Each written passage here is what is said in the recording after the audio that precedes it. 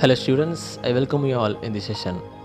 Let's see about the poem Rain on the Roof, which was written by Coates Kinney.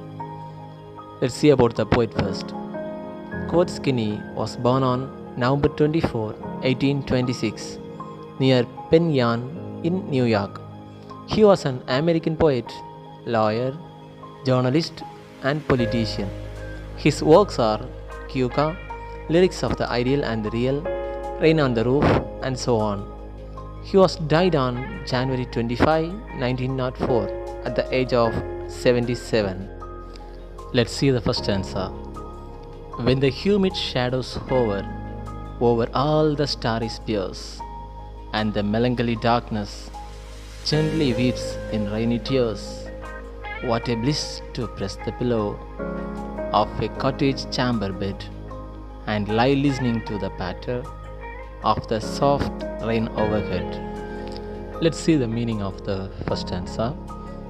Here, humid means moisture, that is, the clouds which is filled with water. Hover, which means move around something. Then starry spheres, the spheres which refers to the sky, and the starry spheres, that means the sky which is filled with stars. Then melancholy. Melancholy means sadness.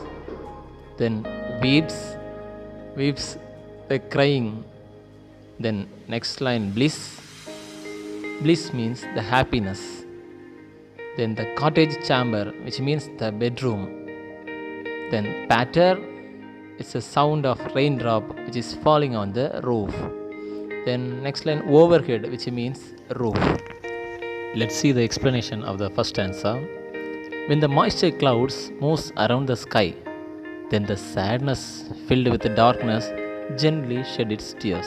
That is, the sky shed its tears as rain.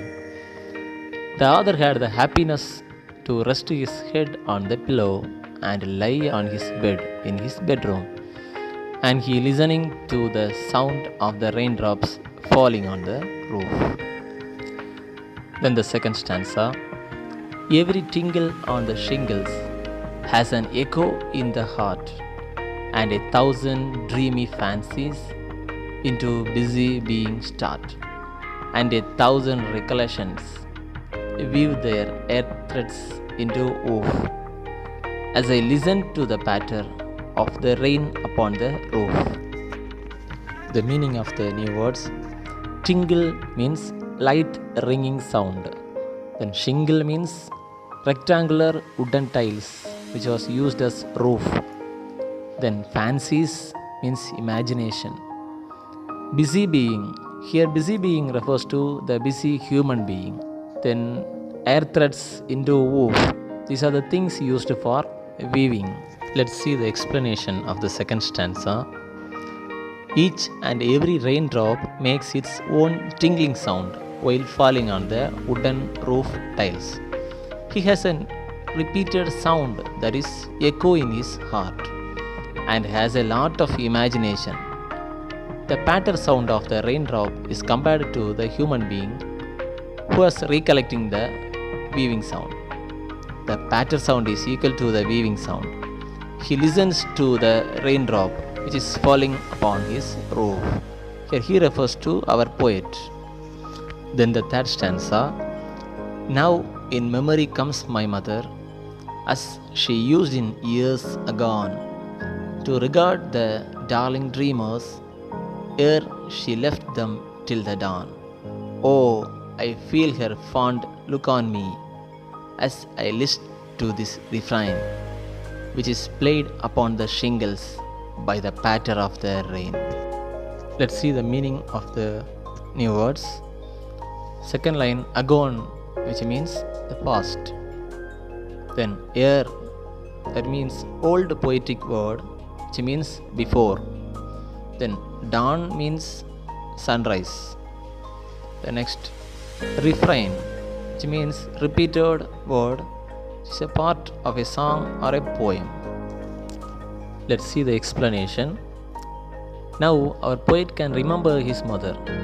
In the past years, she left him till the sunrise. Now, like the same, she looks upon him with the same love. But she is no more now. He can recall the memory while he was with his mother, when he listens to the patter sound of the rain. Let's see the figures of speech in the poem. First one is alliteration. Alliteration means the word begins with the same sound in the same line. For example, the first stanza, when the humid shadows hover. The third word, humid, starts with H, and the last word, hover, starts with H. The same letter H is repeating there. That is alliteration. The second line, the starry spears, both starts with S. So the letter S repeats there. The next, the fourth line, press the pillow. Press P and the pillow P, the same letter P is repeating there. Then the sixth line, lie listening. Lie L, listening L, the same letter is repeating there. This is alliteration. Try to find out the alliterations in the next stanzas. Then second one, onomatopoeia, which means the word containing sounds similar to that noises.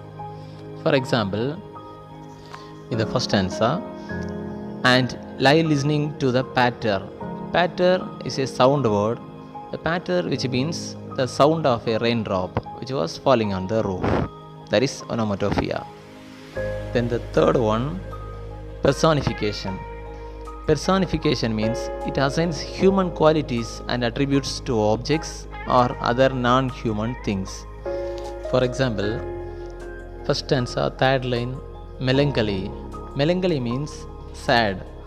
The sky cannot be sad. It's a human character. Then next line, weeps. Weeps means crying. So it's a human quality. So this is personification. And the last one is a rhyming scheme. Rhyming scheme means the same sound is repeating at the end of each lines. The rhyme scheme of the poem is A, B, C, B, D, E, F, E. I hope you all know about this rhyming scheme. Thank you for listening.